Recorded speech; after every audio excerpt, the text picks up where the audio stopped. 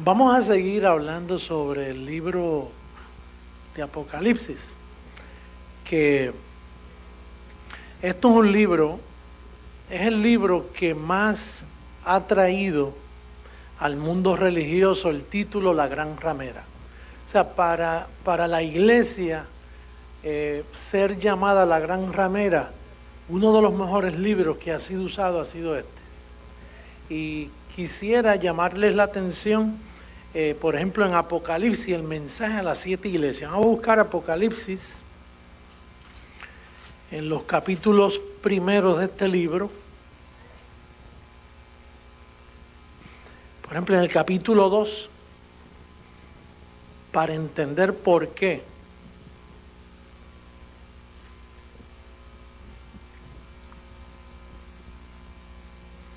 Son 7 iglesias que Juan le habló. Por ejemplo, Efeso es una iglesia donde Pablo llevó el evangelio. Esmirna, Pérgamo, Tiatira, Sardis, Filadelfia y la Odisea. A la última, la Odisea, le dice: muy pronto quisiera verlos para consolarlos, porque el apóstol Juan le había predicado, y este es el espíritu, juzguen ustedes mismos. Esto es una crítica bien constructiva que cualquiera que ame la escritura y que ame la verdad, pues se da cuenta. Por ejemplo, ustedes pueden ver en el capítulo 2, verso 7, ¿cómo dice?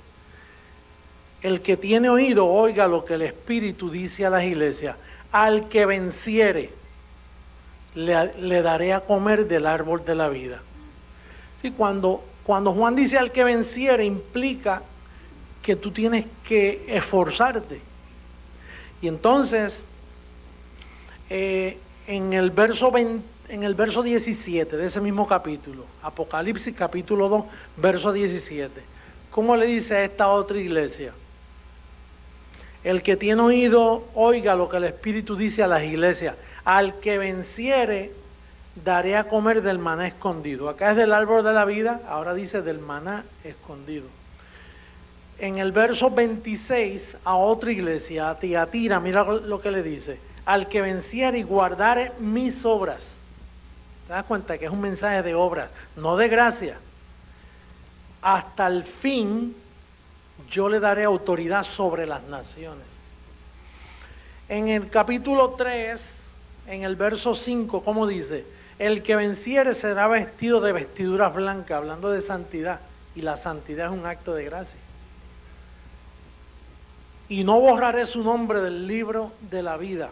Por eso es que hay muchos predicadores que dicen: mira, van a borrar tu nombre. De aquí es que lo sacan. Dice el verso 12 a Filadelfia, ¿qué le dice en el verso 12? Al que venciere yo lo haré columna en el templo de mi Dios y nunca más saldrá de allí. En el verso 21 a la Odisea, que fue a los que Pablo quiso ir a consolar, dice: al que venciere le daré que se siente conmigo en mi trono, así como yo he vencido y me he sentado con mi Padre en su trono. Esto es un libro que cuando tú lees eso, el resto del mensaje, hermano, hay que pagar un precio aquí. Si no vence, no te vistas que no vas. Aquí el mensaje, hermano, tenemos que hacer algo para vencer. Tenemos que tener buenas obras. Ese es el espíritu. O sea, recuerda cuando Pablo dice: si recibís otro espíritu, ese es el espíritu, un espíritu de obras. Ahora, yo quisiera mostrarles bíblicamente cómo escribe el apóstol de la gracia en cuanto a la parte que tú tienes que hacer. Si tú tienes que vencer o ya vencieron por ti. Vamos a ver rapidito, vamos a ver a segunda carta a los Corintios, verso 14. Segunda carta a los Corintios, verso 14. Capítulo 2, verso 14.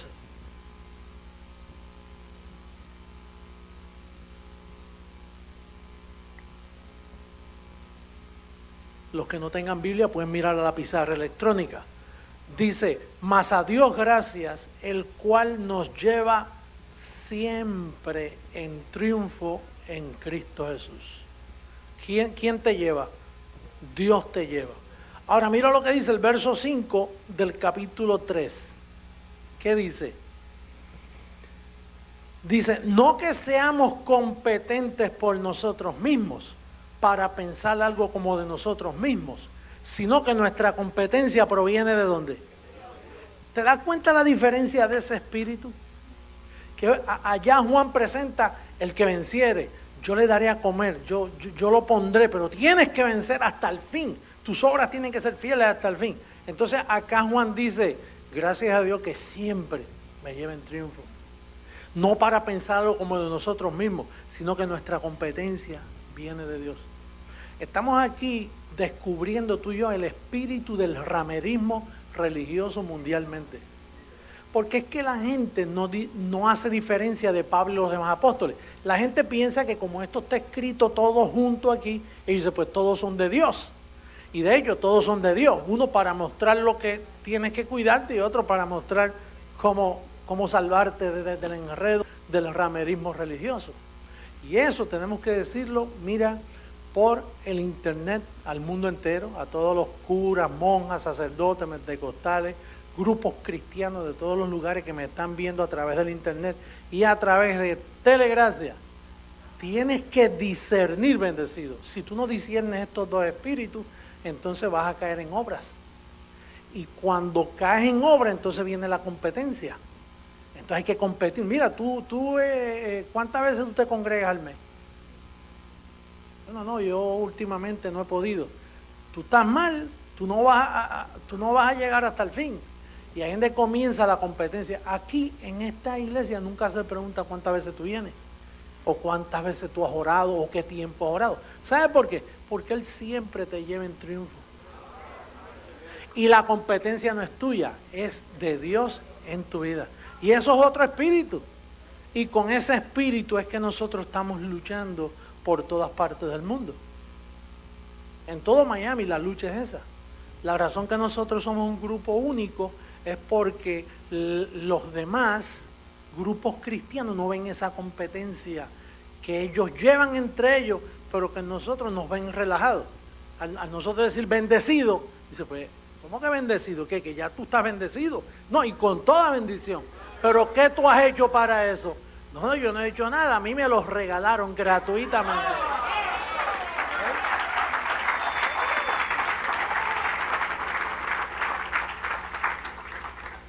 Entonces es importante ese espíritu, porque con eso es que estamos luchando a nivel mundial. Si tú no entiendes eso, pues tú llegas aquí y dices, mire, ese pastor no cree en Apocalipsis. No, no es que no creamos, es que lo entendemos. Y sabemos dividir una cosa de la otra para notar los espíritus que hay ahí.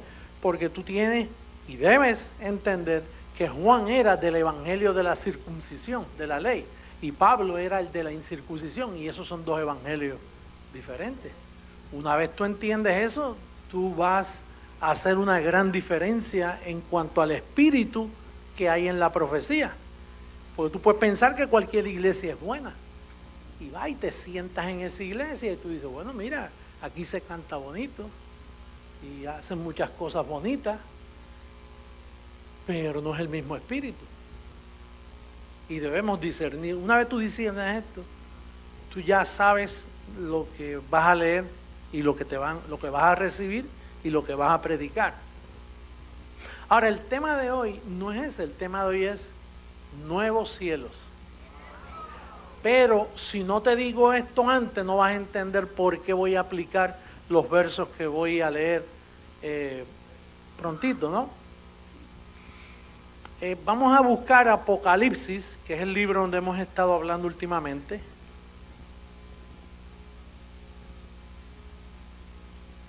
Imagínate los escritos que hay sobre Apocalipsis, todo seminario, doctores en teología por todas partes del mundo escriben de este libro, pero no saben de este espíritu que yo les hablé anteriormente.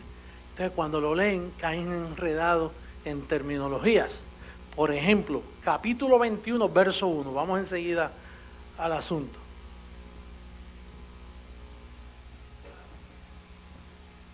Dice, vi un cielo nuevo y una tierra nueva, porque el primer cielo y la primera tierra pasaron y el mar ya no existía más.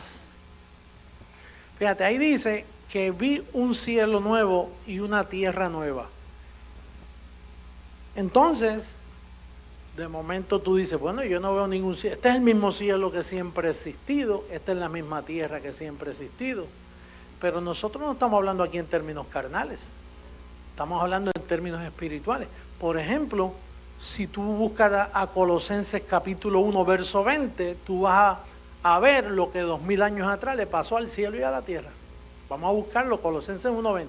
Pero mantén Apocalipsis abierto para que entiendas el espíritu de la profecía. Porque hay gente que está esperando que suceda esto actualmente. Dice, estoy esperando los cielos nuevos y la tierra nueva, donde hay calles de oro. Y ellos esperan ver oro. Oro de este que está aquí, así. Y el mar de cristal. Ellos esperan que el agua se convierta en cristal. Y está hablando de la excelencia de lo que es este pacto. Para mí, yo camino en calles de oro, aunque sean de cemento y con huecos. Mira lo que dice Colosenses. Mantén y toma nota de esto, porque si tú le alumbras los ojos del entendimiento a uno que está en el ramerismo religioso, lo vas a ayudar mucho. ¿Y quién no está en el ramerismo religioso fuera de este ministerio? ¿Todo el mundo? Así que estamos hablando de los llamados cristianos que están en ese espíritu. Mira el verso 20 del capítulo 1 del libro a los Colosenses. Dice, y por medio de él reconciliar consigo, ¿cuántas cosas? ¿Quedará alguna por reconciliar? Quiere decir que nosotros no estamos esperando nada nuevo con los cielos y con la tierra. Dice, así las que están en la tierra como las que están en los cielos, haciendo la paz mediante la sangre de su cruz. Quiere decir que el cielo y la tierra fue reconciliado. ¿Y qué es reconciliar? Unir, traer paz. Yo no estoy esperando cambio, yo sí estoy esperando cambio en mi cuerpo físico. Pero el cielo, Dios no va a cambiar esos cielos nuevos. Si esos bastan, ¿para qué tú quieres cielos nuevos? Y tierra nueva, ¿para qué tú quieres tierra nueva? Si la que hay todavía da buen fruto, si es buen terreno, tú le eches agua y te nace lo que... Vamos a pensar un poquito. Porque es que los grupos religiosos actualmente están esperando que la tierra va a cambiar hasta de color. Y va a ser una tierra especial y el cielo, habrán diamantes, así como las películas estas de Disney World, que ven muchos diamantitos así. ¿Sabes? Son unos cristianos tremendos. Y dice, no. Y entonces dice, y caminaremos en calles de oro. Sin embargo, ellos esperan oro allá y ven un poquito de oro en un día dice, eso es del diablo.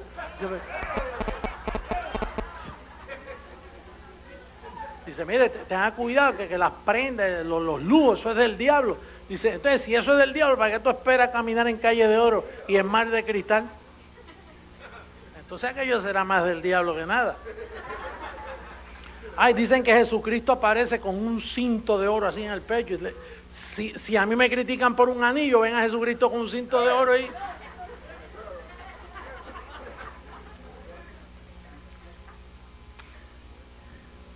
Bueno, Hebreos capítulo 9, verso 26 te dice que hubo un cambio. Cuando yo leo cielos, leo también siglos. Hebreos capítulo 9. Oye, ahora el llorar y el crujir de dientes está ahora por el internet y por telegracia. Hay gente crujiendo los dientes. Este apóstata, mira cómo se burla de la palabra, le está añadiendo. Y yo no le añado, yo lo que hago es abriendo para que se vea claro. 9:26.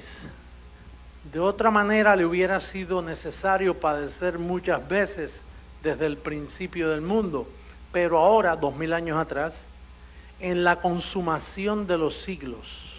Quiere decir que los siglos fueron consumados. Los cielos, todo lo que implica la parte espiritual, todo eso fue consumado. Ya estamos en los cielos nuevos y la nueva tierra. Juan la predicó para el futuro y la iglesia la está esperando ahora, cuando eso ya pasó hace 2000 años. Noticia bien vieja. ¿Sí? Y otros versos más, pero para avanzar, porque el tiempo avanza tanto, vamos ahora a Apocalipsis 21, el verso 2. Y yo, Juan, vi la santa ciudad. ¿La qué? Tú sabes que no es la ciudad de Jerusalén actual, porque allí no hay nada santa. Yo creo que ahí son balas, explosiones, crímenes. Pero él dice que vio la santa ciudad, la nueva Jerusalén, descender del cielo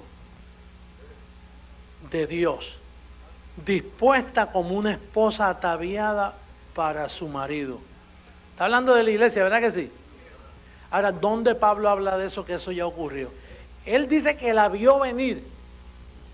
Dice que la vio, que bajaba. Pero entonces, ¿qué dice Efesios capítulo 5? Mira cómo dice Efesios capítulo 5, verso 25. En sí lo que él vio fue el casamiento de Cristo con la iglesia, hablando espiritualmente. No es que viene una ciudad como Star Wars, o sea, que de momento tú ves bajando así, y va, porque la gente piensa, la gente son unos artistas pensando. Efesios capítulo 5, en el verso 25, maridos, amad a vuestras mujeres, así como Cristo amó a la iglesia y se entregó a sí mismo por ella, para santificarla, habiéndola purificado en el lavamiento del agua por la palabra, a fin de presentársela a sí mismo como una iglesia gloriosa, que no tuviese mancha ni arruga, ni cosas semejantes, sino que fuese santa y sin mancha. Eso fue lo que Juan vio. La nueva Jerusalén.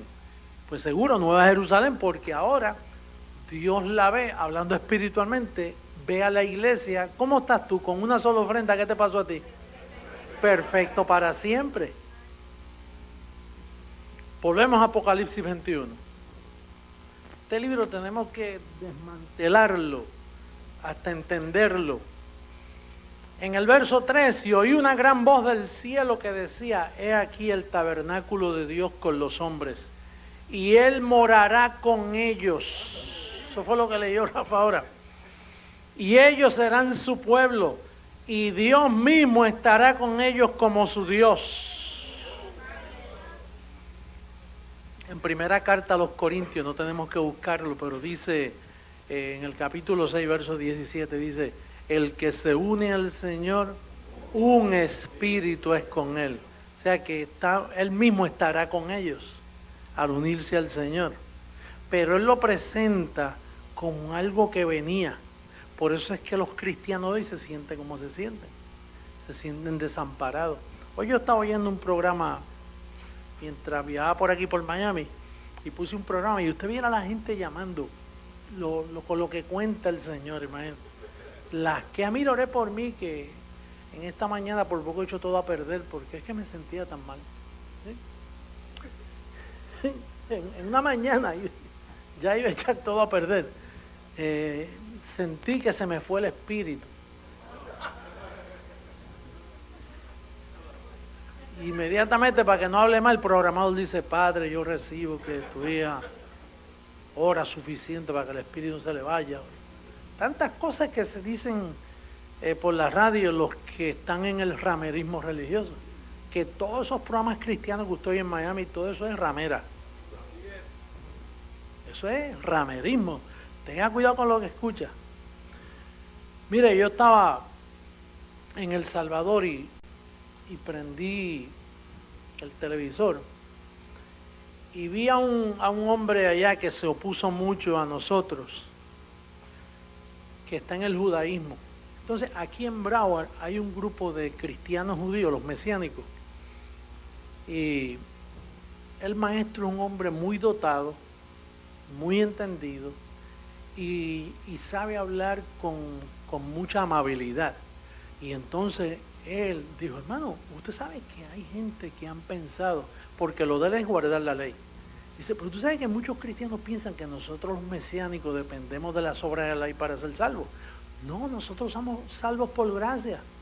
Y yo dije, ok, explícame, que estaba ahí tomando nota. Estaba en el hotel antes de ir a predicar. Y él dice, mire, cuando Pablo dice los que están bajo la ley, no está hablando de el Torah en la forma con que Dios lo pretendió. Está hablando gente que eran legalistas en aquellos tiempos y se colocaban bajo ley. Y entonces dice, cuando Dios dice los que dependen de las obras de la ley, eso es otro término. Nosotros no dependemos de las obras de la ley, nosotros dependemos de la gracia de Dios. Y un débil en la fe, cualquiera que escuchara, era un ramerí, esto es una ramera bien vestida, bien, ¿sabes? Que parece una dama, tú sabes. Un espíritu más fino. Y entonces siguió así, dando ejemplo de que, hermano, el Torah es el corazón de Dios. El Torah es ¿qué? La ley. Si eso fue un pacto añadido. Dice, no, Dios quiere que tú guardes la ley. Y entonces yo me puse a hablar con él en la misma habitación de, ok, y dime qué quiere decir que los que hemos recibido a Cristo estamos muertos a la ley. ¿A cuál ley? Sea malentendida o bien entendida o al Torah, el que está en Cristo está muerto a la ley, a la buena, a la mala, a la malentendida, a la que sea. Los grupos mesiánicos funcionan así. Y los que se dedican a estudiar la ley te la presentan aún con mucho más detalle, más sabiamente. Y si tú estás débil y no estás bien cimentado en gracia, tú dices, mira, yo pensé que la ley había que dejarla. Claro, Romanos 10:4 dice que el fin de la ley es Cristo. ¿Cuál ley? La buena, la mala, la malentendida, la mal enseñada. Bueno, el otro verso dice, verso 4, enjugará Dios toda lágrima de los ojos de ellos y ya no habrá muerte. Pero nosotros nos morimos. Pero ¿en qué términos habla el Señor? No habrá muerte. Mira lo que dice Romanos capítulo 8, verso 3. Rapidito. Romanos capítulo 8, verso 3. Libro a Roma. Oye, si Juan hubiera entendido a Pablo,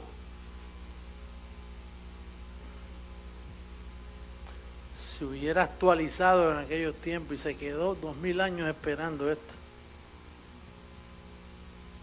Romanos capítulo 8, verso 3. Él allá en Apocalipsis dice, y en aquel tiempo no habrá más muerte. Ahora, ¿qué le pasó a la muerte? Mira lo que dice el verso 3. El verso 2, perdón. Porque la ley del Espíritu de vida en Cristo Jesús me ha librado de la ley del pecado y de qué. Nosotros fuimos liberados de la muerte hace 2000 años. Y Él presenta esto y en aquel tiempo no habrá más muerte. Porque usted sabe que Juan dice que hay pecado de muerte. Hay pecado que yo no pido que se ore porque es pecado de muerte. En otras palabras, cristianos que llegan a un estado de libertinaje, que pecan y mueren espiritualmente. Él pensaba eso. Y por eso es que él dice, no habrá más muerte. Pero un cristiano lo que puede hacer es partir del cuerpo antes de tiempo, pero él ya no puede morir, porque ya él con una sola ofrenda quedó perfecto para siempre. ¿Estamos claros? Apocalipsis capítulo 21 de nuevo. Dice el verso 6, y me dijo, hecho está, yo soy el alfa y el omega, el principio y el fin. Al que tuviere sed, yo le daré gratuitamente de la fuente del agua de la vida. Romanos 3:24 dice que gratuitamente nos justificó. Pero él dice que le darás agua gratuita. No hay necesidad si ya estamos justificados. El verso 7 dice, el que venciere heredará todas las cosas y yo seré su Dios y él será mi hijo. Pero los cobardes, incrédulos, los abominables y homicidas, los fornicarios y hechiceros, los idólatras y todos los mentirosos tendrán su parte en el lago que arde con fuego y azufre, que es la muerte segunda. Él no conoce que cuando una persona que no es predestinada muere, muere como un perro. No hay más memoria de él. Cuando un perrito se muere, tú lo entierras y ahí terminó. Tú no haces misa para que el alma del perro vaya al purgatorio. Terminó ahí todo. Un hijo de perdición no va para ninguna parte, pero ¿por qué existe esta controversia? Esta controversia existe. Vamos a buscar Apocalipsis 1 para entender por qué este libro ha causado tanta confusión en el mundo entero. Capítulo 1, verso 1.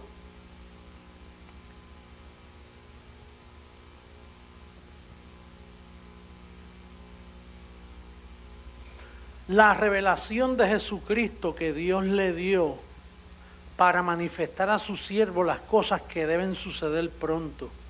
Y la declaró enviándola por medio de ¿qué? A su siervo, ¿quién?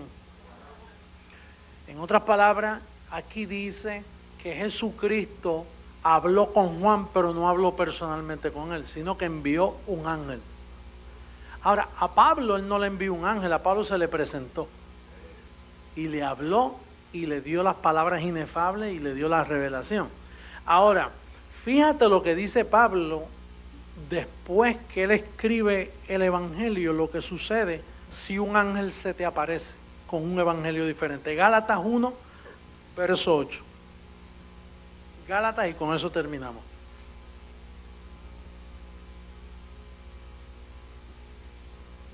Estas son las herramientas, este es el workshop, la herramienta que tú necesitas para defenderte de los rameros,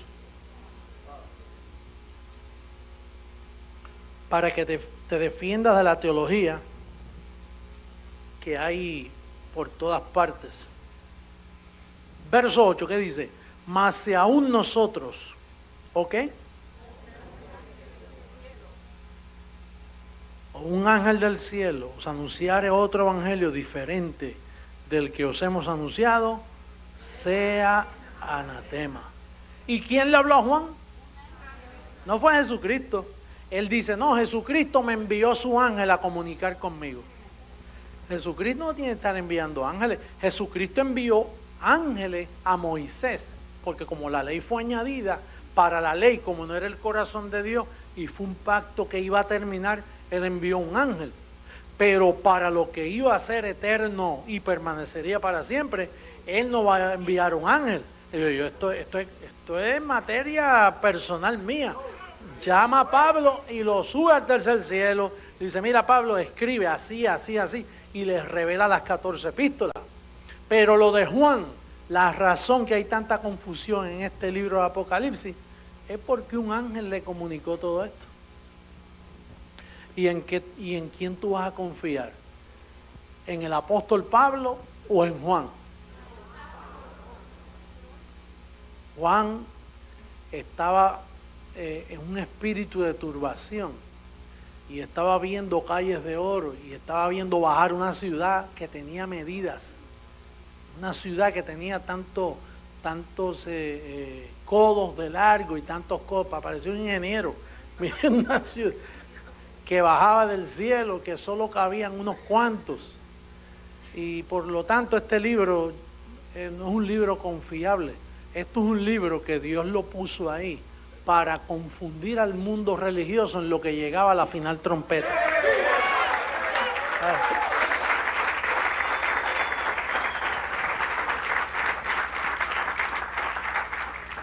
Y esto es un libro que en 2000 años nadie pudo interpretar. Nadie. Porque para interpretar ese libro había que comprender la sabiduría paulina. Ahora, con la sabiduría paulina, tú puedes interpretar cualquier tema que no tenga concordancia con gracia. Inmediatamente tú lo descubres y dices, ¿por qué estos últimos libros, como el de Santiago, el de Pedro, por ejemplo, dice que la fe es un don? Y cuando a ti se te da un don, tú lo tienes, es un don regalado. Pero Pedro, sin embargo, dice, hermano, añadid ustedes a vuestra fe, tienen que añadirle ustedes. ¿Y quién eres tú para añadirle? ¿Qué le vas a añadir tú? ¿Carne? ¿Experiencias personales religiosas? Así que una vez más, doy prueba de mi apostolado y sujeto esta enseñanza a todos ustedes de que estas cosas son verdad y no se dejen engañar. Vamos a pedirle a los músicos que pasen, vamos a estar en pie todos. No se deje engañar de las cosas que vienen contra nosotros, porque contra nosotros van a venir muchas acusaciones y situaciones, pero usted tiene que aprender a defenderse. Y otra cosa, una cosa que me dijo el pastor Samuel Valle, allá en El Salvador, dice: apóstol, usted no tiene que enviar a ningún espía a mirar si los pastores están cargando o los obispos están cargando, porque tan pronto en este ministerio alguien se sale, los mismos miembros dicen: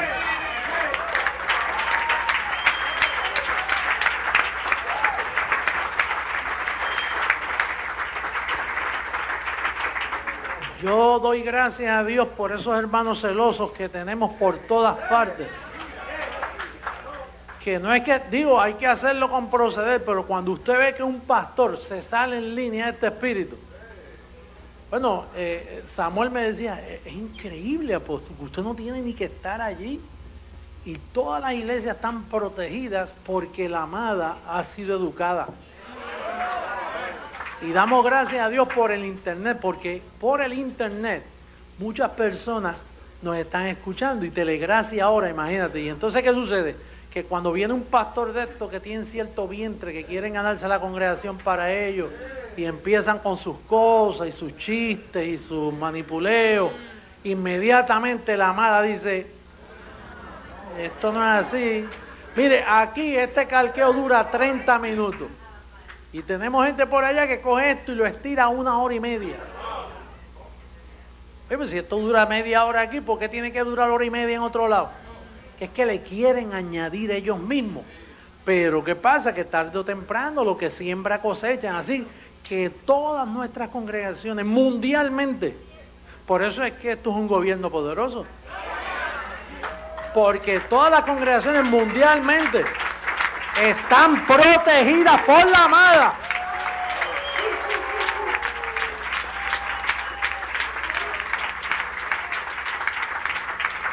Mire, no hay un detallito que haya pasado que a mí no me llegue, porque siempre hay hermanos celosos que tienen el cuidado y me escriben, me envían notitas: apóstoles, este detallito y este detallito, queremos saber si esto está bien con lo que usted enseña. Bueno, yo me quedo callado porque yo no soy quien para estar destapando. Aquí quien destapa es la amada. La iglesia es el filtro de Dios. La iglesia es el tribunal, y todo obispo, pastor, llame como se llame, que se salga aquí engañando a la amada o por manipular a la amada, Dios lo va a destapar. Perdóname, y lo va a destruir. Van a venir a pobreza, porque aquí no se puede jugar con la amada.